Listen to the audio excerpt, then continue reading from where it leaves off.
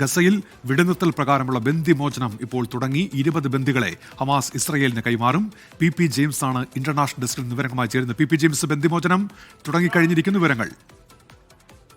ഉന്മേഷ്, ഇതൊരു വളരെ സുപ്രധാനമായിട്ടുള്ള കാര്യങ്ങളാണ് ഇപ്പോൾ നടന്നുകൊണ്ടിരിക്കുന്നത്.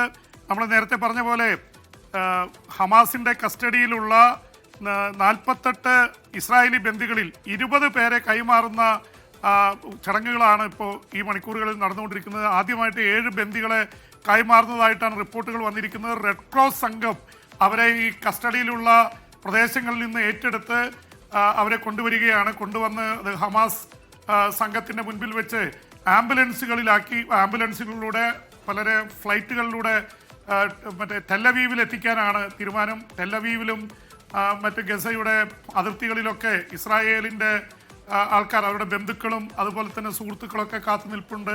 അപ്പോൾ ഒരു വളരെ വികാരനിർഭരമായിട്ടുള്ള രംഗങ്ങളിലേക്കാണത് പോകാൻ പോകുന്നത്. ഇതിന് പിറകെ 250 പലസ്തീനികൾ, അവരെ ജീവപര്യന്തം തടവിൽ ഇസ്രായേലി ജയിലുകളിൽ കഴിയുന്നവരാണ്. അവരെ ഇസ്രായേലിൽ നിന്ന് ഗസയിലേക്ക്, അതുപോലെ തന്നെ വെസ്റ്റ് ബാങ്കിലുള്ളവരുണ്ട്, അവരെ കൈമാറും. അതിലും വലിയൊരിത് പറയുന്നത് ഈ യുദ്ധകാലത്ത് 1700-ലേറെ ഗസയിലെ പലസ്തീനികളെ പിടിച്ച് ജയിലിട്ടിട്ടുണ്ട് ഇസ്രായേൽ. അവരെ വിട്ടയക്കും. അപ്പോൾ ഏതാണ്ട് 2000 പലസ്തീനികളെ ഇന്ന് വിട്ടയക്കും.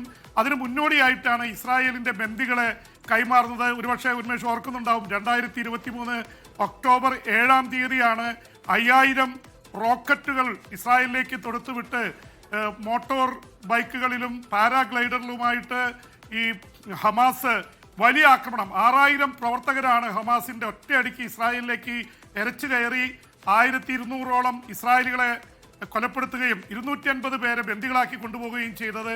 200 പേരെ വിട്ടു, 50 പേരെ ഇനിയും വിട്ടയക്കാനുണ്ട്. കൃത്യമായി പറഞ്ഞാൽ 48 പേരെ. ഏറ്റവും പുതിയ വിവരമായി വരുന്ന പി ജെയിംസ്, ഇപ്പോൾ 7 ഇസ്രായേലി ബന്ദികൾ ഇതിനോടകം മോചിപ്പിച്ചു. ഇവരിപ്പോൾ റെഡ് ക്രോസിന് കൈമാറിയിട്ടുണ്ട് എന്നുള്ള വിവരം വരുന്നുണ്ട്. തീർച്ചയായിട്ടും 7 പേരെ വിട്ടയക്കുമെന്നുള്ളതാണ് ഇപ്പോൾ വന്നിരിക്കുന്ന ഒരു വാർത്ത. അപ്പോൾ അവർക്ക് റെഡ് ക്രോസിന് കൈമാറി എന്ന് പറഞ്ഞാൽ ഇതിപ്പോൾ ഒരു ന്യൂട്രൽ സോണിലൂടെ പോവാണ്. ഇനി നേരെ അവരെ കൊണ്ടുപോകേണ്ടത്, അവരുടെ അതിൻ്റെ വിഷ്വൽസ് ഒക്കെ വന്നുകൊണ്ടിരിക്കുന്നുണ്ട്. അവരെ നേരിട്ട് ഇസ്രായേലിലേക്കാണ് കൊണ്ടുപോവുക. എന്തായാലും ഇതൊരു വളരെ വികാരനിർഭരമായിട്ടുള്ള, കാരണം ഇവരൊക്കെ ഇനി രക്ഷപ്പെട്ട് വരില്ല എന്നുള്ള തരത്തിൽ 10,000-കണക്കിന് ലക്ഷക്കണക്കിന് ഇസ്രായേലികളാണ് അവിടെ ഇസ്രായേലി പ്രധാനമന്ത്രി ബെഞ്ചമിൻ നെതന്യാഹുവിനെതിരെ പ്രക്ഷോഭം നടത്തിയത്. വെടിനിർത്തൽ വേണമെന്നും ബന്ദികളെ മോചിപ്പിക്കണമെന്നും അല്ലെങ്കിൽ അവരുടെ ജീവൻ നഷ്ടപ്പെടുമെന്നും പറഞ്ഞത്. ഇപ്പോൾ അവർ ഏതൊരു അവസ്ഥയിലാണ് എത്തുക എന്നറിയില്ല. കാരണം 2 വർഷമായിട്ട് അവർ ഒരുപക്ഷെ സൂര്യപ്രകാശം പോലും കാണാതെ ടണലുകളിൽ കഴിഞ്ഞവരാണ്. അവർ വലിയ രീതിയിൽ ടോർച്ചർ ചെയ്തിട്ടുണ്ടെന്നാണ് പറയുന്നത്. കാരണം ഇസ്രായേലി സൈനികരാണ് ഇനി കൈമാറാനുള്ള ആൾക്കാർ. അവരെ ഇതിനെ അതിജീവിച്ച് നിൽക്കുക എന്ന് പറയുന്നത് അവർക്ക് വലിയ പീഡനം നേരിട്ടിട്ടുണ്ട്. അപ്പോൾ അവരുടെ ട്രോമ, മാനസിക പ്രശ്നങ്ങൾ, ചിലപ്പോൾ ജീവിതകാലം മുഴുവൻ ട്രീറ്റ്മെൻറ്റ് വേണ്ടി വരുന്നവരായിരിക്കും ഈ ബന്ദികളെന്നാണ്. കാരണം ഇപ്പോൾ തന്നെ മോചിപ്പിച്ച ബന്ദികളിൽ പലരും ചികിത്സയിലാണ്. അപ്പോൾ ആ തരത്തിൽ 2 വർഷമായി കഴിയുകയാണ്. പലസ്തീൻ തടവുകാരുടെ കാര്യത്തിലും മാറ്റമില്ല. ഇസ്രായേൽ ജയിലുകളിൽ അതുപോലെ പലസ്തീനികൾ പീഡിപ്പിക്കപ്പെട്ടിട്ടുണ്ട്. അവരുടെ കാര്യത്തിൽ ഇതേ അപ്ലിക്കബിൾ ആണ്. അവരുടെയൊക്കെ മോചനം വരുന്നതേ ഉള്ളൂ. അതുകൊണ്ടാണ് നമ്മൾ അവരെക്കുറിച്ച് കൂടുതൽ സംസാരിക്കാത്തത്. ഈ ഇരുപക്ഷത്തുമുള്ള തടവിൽ കഴിഞ്ഞവർ വലിയ മാനസിക പ്രശ്നങ്ങളിലൂടെ, ഡിപ്രഷനിലൂടെ ഒക്കെ കടന്നു പോകുന്നവരാണ്. അപ്പോൾ അവരെ, പക്ഷേ ഇത് സന്തോഷകരമായ നിമിഷമാണ് ബന്ദികളുടെ കുടുംബാംഗങ്ങളെ സംബന്ധിച്ചിടത്തോളം. അവർ ജീവനോടെ തിരിച്ചെത്തുന്നു. അവർ പ്രതീക്ഷിച്ചിരുന്നില്ല. അപ്പോൾ ആ തരത്തിൽ ഒരു വളരെ വികാരനിർഭരമായ രംഗങ്ങൾ. 7 പേരെ റെഡ് ക്രോസ് സംഘത്തിന് കൈമാറിയിരിക്കുന്നു. അവരുമായിട്ട് ചിലപ്പോൾ ഒരുപക്ഷെ ഗസയിലെ അതിർത്തിയിലൂടെ കൈമാറുന്നവരുണ്ടാവാം. ദൂരെയുള്ള ബന്ദികളെ ചിലപ്പോൾ അവർ പറഞ്ഞിരിക്കുന്നത് ടെല്ലവീവിലേക്ക് ഫ്ലൈറ്റിൽ, ഹെലികോപ്റ്ററുകളിൽ കൊണ്ടുപോകാം. അപ്പോൾ എന്തായാലും അതിൻ്റെ മോഡ് ഓഫ് ഓപ്പറേഷൻ എന്താണെന്നുള്ളതിന് നമ്മൾ കാണാനിരിക്കുന്നതേ ഉള്ളൂ. എന്തായാലും ഈ മണിക്കൂറുകളിൽ, അതിനിടയിൽ ഉന്മേഷ്, അമേരിക്കയുടെ പ്രസിഡന്റ് ഡൊണാൾഡ് ട്രംപ് അല്പം ഒരു മണിക്കൂറിനുള്ളിൽ ഇസ്രായേലിലെ ടെല്ലവീവിൽ വന്നിറങ്ങും. അദ്ദേഹത്തിൻ്റെ പ്രധാന ലക്ഷ്യം തന്നെ ഇസ്രായേലി പാർലമെന്റിനെ അഭിസംബോധന ചെയ്യുക, ഇസ്രായേലി പ്രധാനമന്ത്രി ബെഞ്ചമിൻ നെതന്യാഹുവിനെ കാണുക. അതിനേക്കാളൊക്കെ പ്രധാനമായിട്ട് പറയുന്നത് ഇസ്രായേലി ബന്ദികളുടെ കുടുംബാംഗങ്ങളെ തനിക്ക് നേരിട്ട് കാണണമെന്ന് പറഞ്ഞുകൊണ്ടാണ്. അപ്പോൾ ബന്ദികളെ വിട്ടയക്കുമെന്ന് ട്രംപ് ഉറപ്പാക്കിയ ശേഷമാണ് ഒരു 6-7 മണിക്കൂർ മുമ്പ് ട്രംപ് യാത്ര പുറപ്പെട്ടത്. ട്രംപിൻ്റെ വിമാനം 11:50 വന്ന് ഇറങ്ങുമെന്നാണ് പറഞ്ഞിരിക്കുന്നത്. അപ്പോൾ ഈ മണിക്കൂറുകളിൽ ഡൊണാൾഡ് ട്രംപ് ഇസ്രായേലിലെത്തുന്നു. ഇസ്രായേലി ബന്ദികളെ വിട്ടയക്കുന്നു. ഒരുപക്ഷെ 2 വർഷം നീണ്ടുനിന്ന ഗസ യുദ്ധത്തിലെ ഏറ്റവും നിർണായകമായിട്ടുള്ള കാര്യങ്ങളാണ് ഈ മണിക്കൂറുകളിൽ നടന്നുകൊണ്ടിരിക്കുന്നത്. ഉന്മേഷ്, പി ജെയിംസ്, ഇപ്പോൾ ഇത് ജീവനോടെ കൈമാറുന്ന ബന്ദികളാണ്. അവിടെ ബന്ദികളാക്കപ്പെട്ടവർ മരിച്ചിട്ടുണ്ട്. ചിലരുടെയൊക്കെ മൃതദേഹങ്ങൾ കണ്ടെത്താൻ കഴിഞ്ഞിട്ടില്ല എന്നുള്ള തരത്തിൽ റിപ്പോർട്ടുകളുണ്ട്.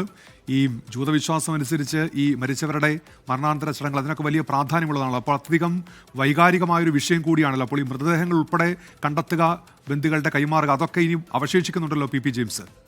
തീർച്ചയായിട്ടും ഉന്മേഷ്, ഇത് വല്ലാത്തൊരിതാണ്. ആരൊക്കെയാണ് ജീവിച്ചിരിക്കുന്നത്, ആരൊക്കെയാണ് മരിച്ചത് എന്നത് സംബന്ധിച്ച് വലിയ കൃത്യമായിട്ടുള്ള ഇതൊന്നും ഹമാസ് നൽകിയിട്ടില്ല. പക്ഷേ ഒരു ഏകദേശ ധാരണയിൽ നിന്ന് ഇന്ന് കുറേ പേരുടെ 20 പേരുടെ ചിത്രങ്ങളും പേരുകളും പുറത്തുവിട്ടിട്ടുണ്ട്. അവരെല്ലാം പുരുഷന്മാരാണ്, സ്ത്രീകൾ ആരുമില്ല. പക്ഷെ മരിച്ചവരിൽ സ്ത്രീകളുണ്ട്. അപ്പോൾ ഈ ടോർച്ചറിനെയൊക്കെ നേരിട്ടുകൊണ്ട് അവസാനം നിലനിൽക്കുന്നത് 20 ഇസ്രായേലി ബന്ദികളായിട്ടുള്ള പുരുഷന്മാരാണ് എന്നാണ് ആദ്യ റിപ്പോർട്ടുകൾ വരുന്നത്. പക്ഷെ അവരെ കിട്ടിയാൽ ഒരുപക്ഷെ രക്ഷപ്പെട്ട ഒരു സ്ത്രീ ഉണ്ടെങ്കിൽ അതുപോലും വലിയ വാർത്തയാണ്. കാരണം അതിനെക്കുറിച്ചുള്ളൊരു വ്യക്തതയില്ല.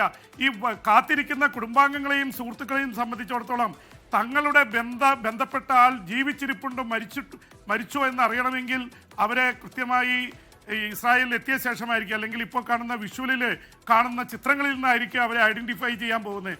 കാരണം അത് സംബന്ധിച്ചുള്ള ഒരു കാര്യങ്ങളൊന്നും ഹമാസ് പുറത്തുവിട്ടിട്ടില്ല. ലോകത്തെവിടെയായാലും ഏത് സമയത്തും 24 വാർത്തകളും ഓഗ്മെന്റഡ് റിയാലിറ്റി പാക്കേജുകളും എക്സ്പ്ലെയിനറുകളും വിശദമായി കാണാൻ ഞങ്ങളുടെ യൂട്യൂബ് ചാനൽ നിങ്ങൾക്ക് സബ്സ്ക്രൈബ് ചെയ്യാം.